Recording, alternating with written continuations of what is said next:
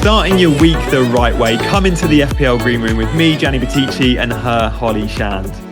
Coming up in today's show, we're going to be sharing with you our current drafts. And this is a follow-up from our first episode that has also dropped at the same time, where we look at all of those rule changes in FPL.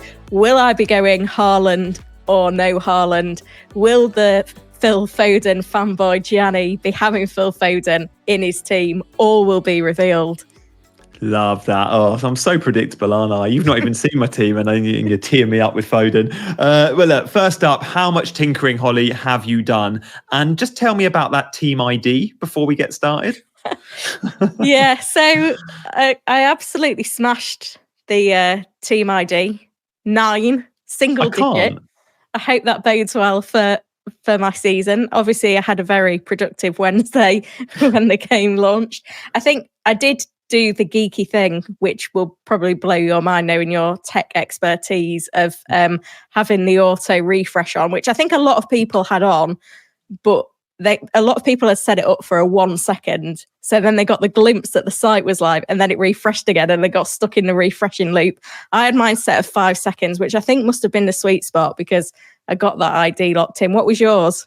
You blow my mind. I don't even know what the hotkey is to refresh until I saw people saying F5 on Twitter. Like, I've never pressed F5 in my life, and still haven't. But the fact you can auto do it, I mean, that does blow my mind. Mine was it 5,000 and something or 7,000 and something? I can't remember. I never remember my team ID until March.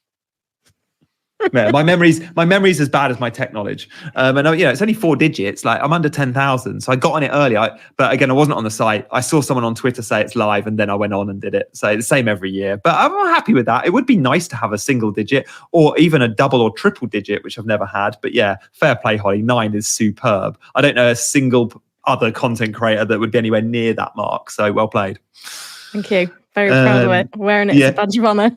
All season. Forget your rank history and all that jazz. It's all about your team ID history. Okay, so how much tinkering have you done, by the way? Have you been tinkering a lot in the last few days, or?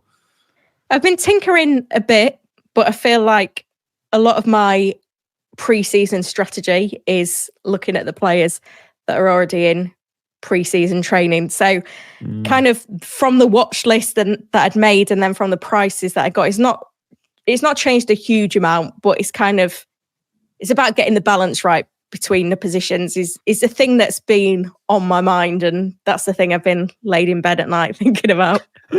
Yeah, okay, I like that. And we've both done team selection videos or first draft videos on YouTube. Has your draft changed much? Mine really hasn't. But I'm making a conscious effort not to tinker, and then maybe once a week sort of rip it up and start again is heavy, but make core changes. So rather than making drafts daily, I'm making drafts weekly, and then we'll probably have like 4 to choose from.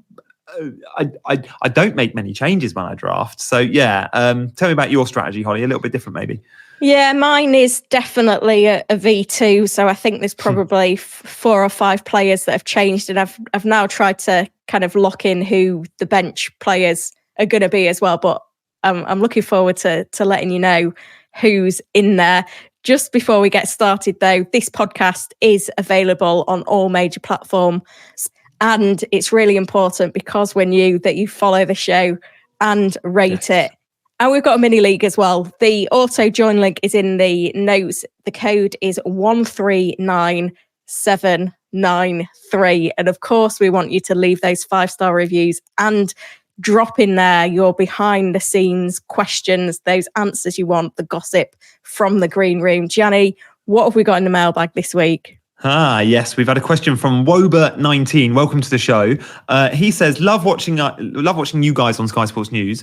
Where do you film the show? So Holly, Saturday mornings, we see each other pretty much every other week, don't we?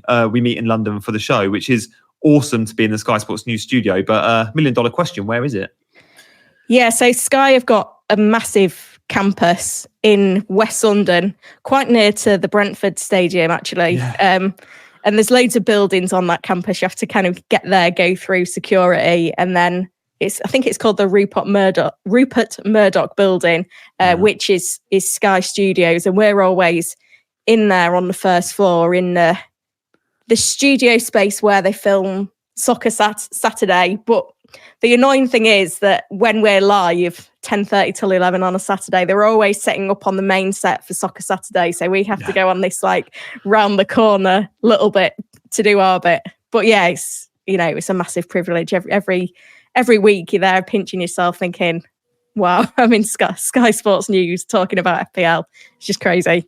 Yeah, and doing it on the Saturday does mean we arrive at a similar time to all the Soccer Saturday team. So when we're in makeup, they're often in makeup, and we often have a little chat with the guys. I remember being there on the final day of the season, which was a real buzz.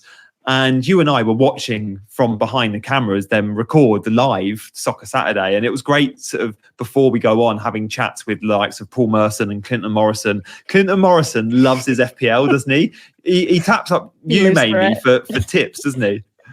Yeah, because I do Fan Zone for Premier League Productions like once a month on a Friday, and it's Clinton's show with Will Perry, and there's a segment at the end of the show which is basically Clinton getting help with his FPL team, and always at the end of that he's like, Holly, I'll see you again tomorrow and I'll ask you some more. But yeah, he's just a huge character. They came into the studio, didn't they, on that last day of the season when we were already on air, and there was just like this massive clatter behind us, and it's like, oh yeah, here's the Soccer Saturday team, there's Clinton making a racket. But no, it's a privilege, isn't it? Yeah, and it really is. And it's a proper new studio. So when we're in there, there's people behind you sometimes talking. And I remember Merson celebrating a goal, which was like, I don't know, League Two playoff final or something. And he was such a big sort of jeer. Straight away, I was like, my mic definitely picked that up. And we were live at the time. And I was completely flustered by it because it was also on the screens. And then we cut to a break and came back to recap. But yeah, it's there's just fun being in a live newsroom. But look, let's chat FPL because this is about our drafts. And Holly, I'm very keen to hear your V2 draft because this will be the first time I've heard it. So tell me about it. Yeah, so structure has been the big thing for me here, and probably ought to start by saying this is a Haaland team. I'm not going to say that he's absolutely going to be my team for game week 1, but it is highly likely. I just think before the game launched, before any price is revealed, I sat down and thought, who do I want in my team at the start of the season, looking at the fixtures? And it was like, well, Haaland's an absolute no-brainer. The fact that he's 1 million more, is that going to change fundamentally whether I want him in our team or not? No. He starts the season so strongly. His underlying numbers are phenomenal. I think he was second last season to Palmer for points per game. So given that he won the Golden Boot in consecutive seasons, I think he's just got to be in there. Ipswich at home game week 2. It's a no-brainer for me. So I think the thing from the draft that I revealed on my YouTube channel when the game launched last Wednesday has just got a bit of balance, a bit better spread across the positions than maybe I'd achieved before. So I've still got Onana in goal as my 5 million goalkeeper because I'm expecting that Manchester United will be improved this season, and he did pretty well last season for clean sheets anyway. Then in my defence, I've got White and Porro, and then I did have 2 5 million defenders rotating from Everton and Palace. I've knocked them both down to 4.5 million. So I've got Mikolenko, who rotates quite nicely with Anderson. And then Harwood Bellis is just the dead fifth defender for now. Apologies to producer Mark, who is a big Southampton fan and probably won't appreciate that comment. Sorry, Mark. Then into the midfield, I've gone with Palmer now. I've managed to squeeze some funds. So I've got Palmer and Odegaard and Burmo and Gibbs White. So it's going to be a 3-4-3. I've got Winks on my bench at the moment. And then up front, it's Haaland, Isak, and a little bit of a punt on João Pedro, who I think, I said this last pre-season, but I think he's got the potential to break the game if he's a consistent starter and he's on penalties. Surely he can't be rotated as much as he was under De Zerbi. 5.5 feels like a great enabler. So I feel like the balance is getting there now, which I'm quite pleased with. I like that. Yeah, you had Solanke in that position, didn't you? So you've reduced Solanke down to João Pedro. And 5.5 for João Pedro, you're right. He could just go and smash it. And he did see a lot of rotation because of, mainly because they were playing in Europe and he started all the European games. Yeah. And now Brighton don't have that distraction next season. So another strength for him. And he does. Your team's full of penalty takers, Holly. You've got Gibbs White in there as well. Burmo will be on pens without Tony in the mix. Palmer's obviously in there. You've got Salah and Haaland. Yeah, Brentford have signed a new striker though, so I think it's the one that I need to monitor with Mbeumo. He may not dominate set pieces as much as I'd like to. That's a big one I need to monitor in pre-season, along with João Pedro. And then I've tried to stick to players that are already in pre-season training, that are already playing in the pre-season friendlies, that haven't been on international duty. I think Palmer is the only exception there. I feel happy going with Odegaard over Saka to start the season, because we saw at the start of the Euros, Saka was getting subbed at like the 70-minute mark, and I don't think it was all trying to just get different players on. I think it was more of managing his fitness, because I just feel like he's a player that he needs an up at some point, and it's just getting put off and put off and put off. Odegaard as well, though, is one to monitor, because summer break. Yeah, he was kind of playing a bit deeper as more of an 8, wasn't he, towards the tail end of last season when Havertz was false 9. I think if Arsenal were to sign an out-and-out number 9 in the window, then Odegaard could move back to 10, which would be really exciting. And then Palmer, this is the only thing with going Haaland and Palmer. That sounds like Arnold Palmer, doesn't it? Going with Haaland and Palmer as my 2 premiums. They play each other game week 1, which is a bit annoying, but I don't think fine. City that was at home, 4-4 last season, that game. Yeah, City at home is not a bad fixture for Cole Palmer. It's history with City, that narrative as well. Palmer's the one that's been. Wait, this means no Salah, right? No Salah, because I said Salah earlier with pens. I just assumed you had him. But of course, Haaland drafts don't have Salah. I've seen very few that have. Yeah. You can't have Salah, Palmer and Haaland. So, okay. So your big compromise on this team is Salah, right? And Trent. You don't have any Liverpool players. No, I don't have any Liverpool players. And they are a team that I need to keep an eye on. It's an unknown, isn't it, under Arne Slot? If Trent is playing high, then I'm going to want him in my team. If Salah's playing 9 and he's on pens, probably going to want him in my team as well. But this is kind of going off the information we've got now. This will evolve in pre-season. But going off the information we've got now, this is the team that I'm on. Well, the Liverpool front 3 is fascinating because under Slot, I don't know. I guess I expect Salah to play on the right, but fairly narrow and fairly close to goal. So he'll be in those number 9 positions during open play quite often, as he does, always gets into shooting positions. But who is going to be the leading centre forward and who's going to play on the left? There are only 2 positions up for grabs if we assume Salah starting in the front 3. And there's 4 very good players. Luis Diaz and Jota are 7.5 midfielders. I don't know how Jota's a midfielder.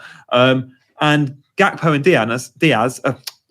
and Darwin are 7.5 forwards. So with that in mind, that's 4 very good players for 2 positions, all at 7.5. If we can nail who those 2 assets are, if we know Gakpo is leading the line or Darwin's leading the line, and we know that Jota's going to be starting games, straight away, I like that asset because that's 7.5 starting for a very good attacking team with, and Holly, you must be scared about this, Liverpool got the best fixtures of all the big teams. Going without Liverpool is risky. I get it though; it's completely unknown, and with new managers, we have to be careful. We all thought Ten Hag was going to come in and blow us out of the water. He didn't. Liverpool do start the season against Ipswich, and then even if you're going without Haaland, like I might be, game week 2 when everyone captains Haaland because he plays Ipswich at home, Salah has Brentford at home. Game week 4 when everyone captains Haaland at home to Brentford, Salah has Forest at home. So those going up against Haaland have good captaincy options in Mo Salah game week 2 and 4. This sounds well planned, Gianni. You're going to spill the beans on your draft. Oh, I guess we should. Just to summarise though, Holly, I do really like your team and I'm slightly jealous of the amount of penalty takers you've got. Yeah. I think I'll get some inspiration there. I definitely see Gibbs White as a really good 6.5 option as well, but there's so many good 6.5 options. In terms of my keepers, I've gone with, Well, I've not gone for a 5 million keeper, and I get it. I get why you would.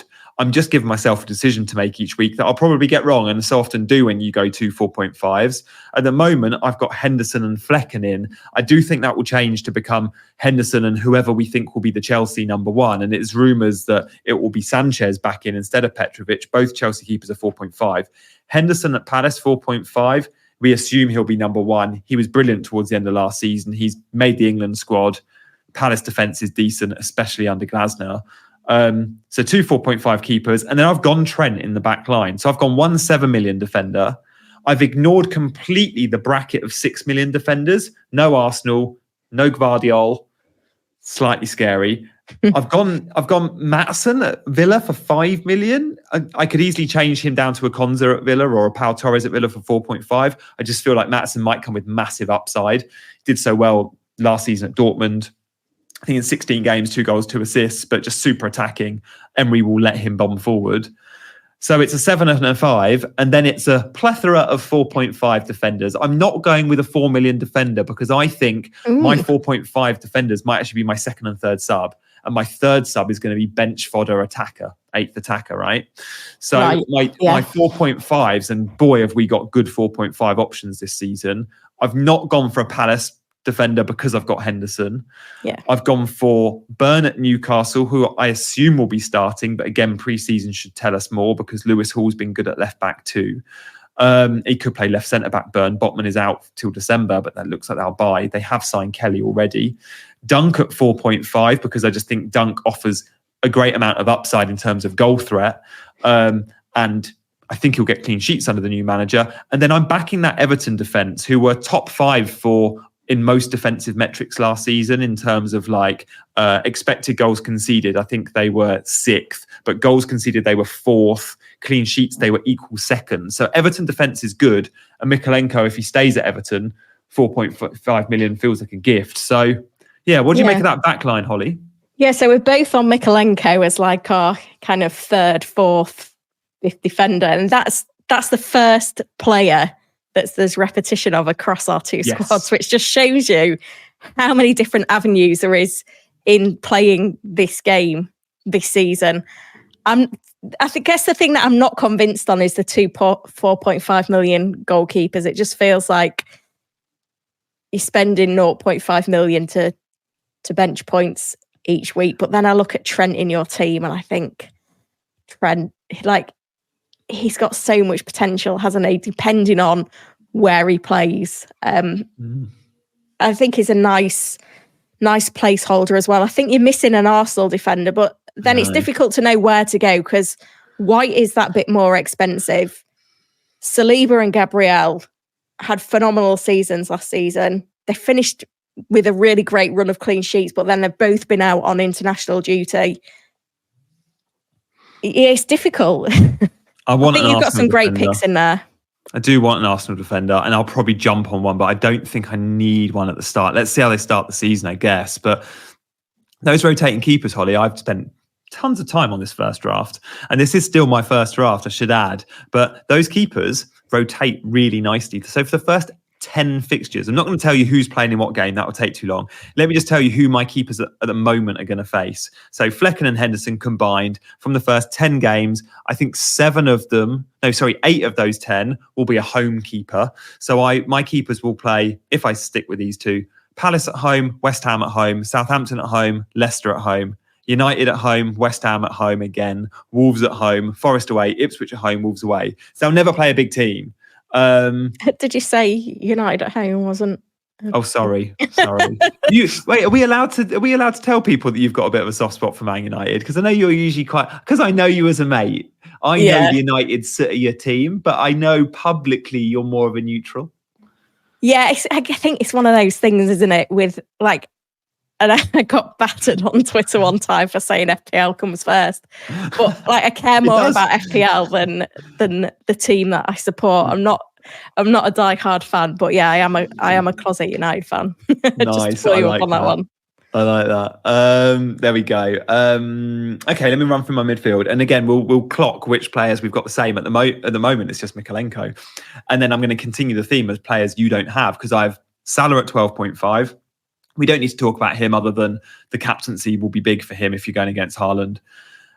If you're going against Haaland, another player I think you also need is Phil Foden. If you don't have Haaland, Salah and Foden need to be in your team. Now, Foden saves you 5.5 million on Haaland, and he could clock, as he did last season, similar points. Let's see.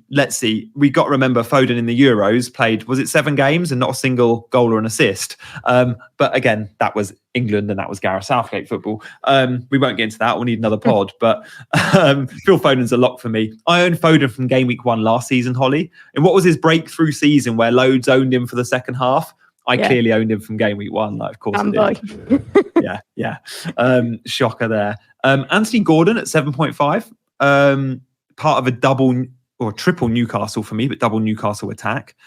Spoiler alert, who I've got up front. So Gordon is in, just unbelievable season last year.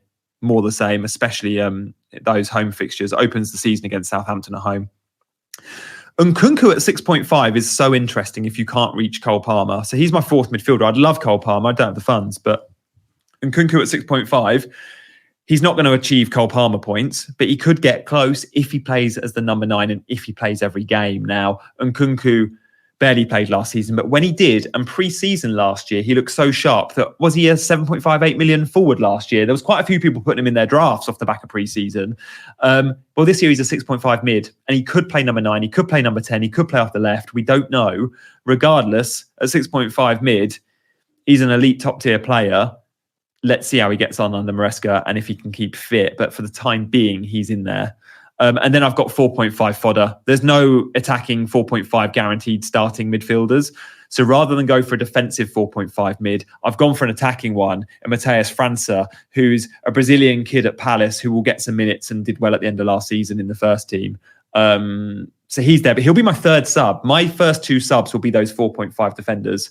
So Holly, before I reveal my front 3, what do you make of that midfield? Because that is a very different looking midfield to you. Yeah, but I think you're exactly right. If you're not going with Haaland, you need Salah for captaincy. You need Foden for City. But then with that, you then miss out Palmer and you miss out the Arsenal midfield. So that's a compromise. I feel like going triple Newcastle and not having any Arsenal is a bold move. Because Arsenal were 2nd in the league last season. They weren't far away from City in terms of goals scored either. So I do feel like you are lacking a little bit of Arsenal in there. But yeah, you've got to have Salah and Foden if you're not going Haaland. So who is in the forward line then?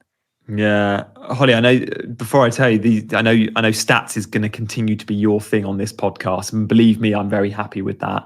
But because it's pre-season, I've gone and done some digging. And Newcastle are 1st last season for big chances.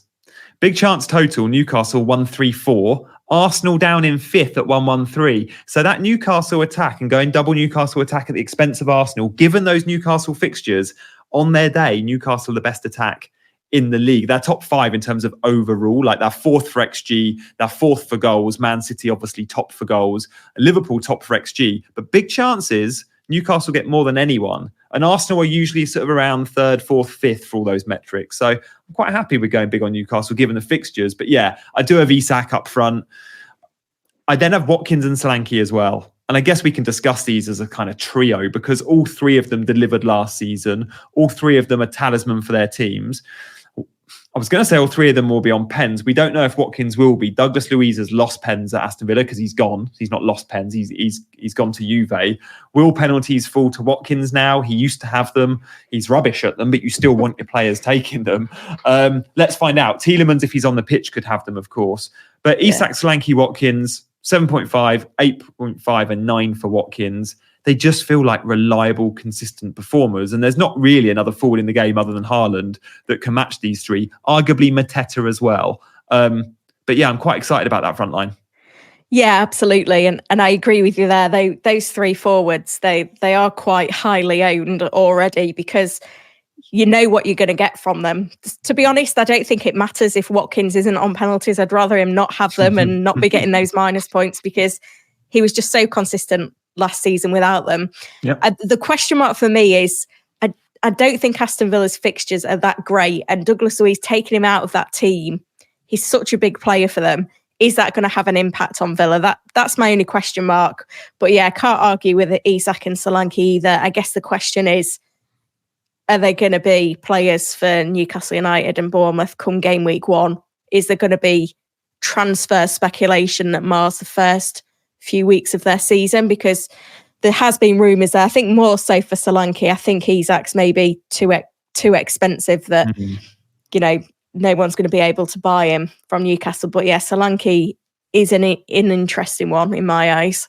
Yeah, another one that I like, Isak and Solanke, because they've had the summer off as well. And you've mentioned the Euros and those playing in the Copa America, those that got to the finals. I found out the other day there's like a 3-week rule where players in their contracts can take a 3-week holiday after their last football. They don't have to stick by it, and some can return early. But let's assume all the England guys, for example, take a 3-week holiday. Then yeah, you expect them still to be available game week 1, but they wouldn't have had much of a pre-season at all.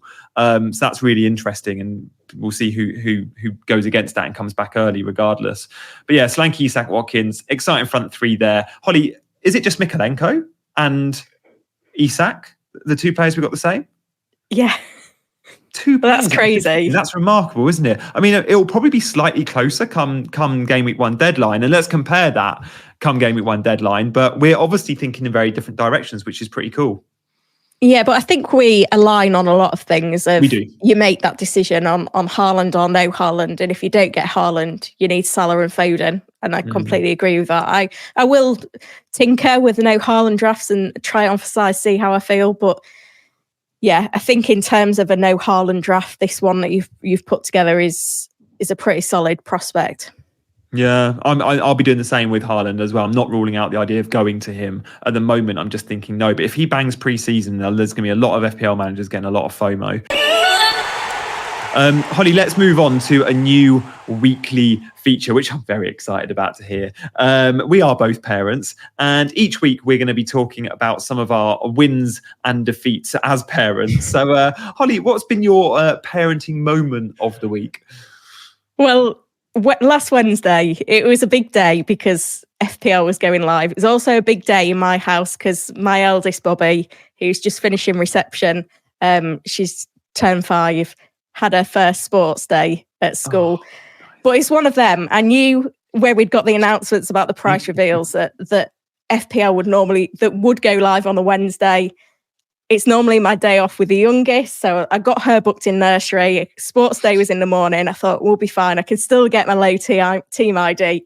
Anyway, I'm not sporty at all. I was always hopeless at sports day, but Bobby, she takes after her dad.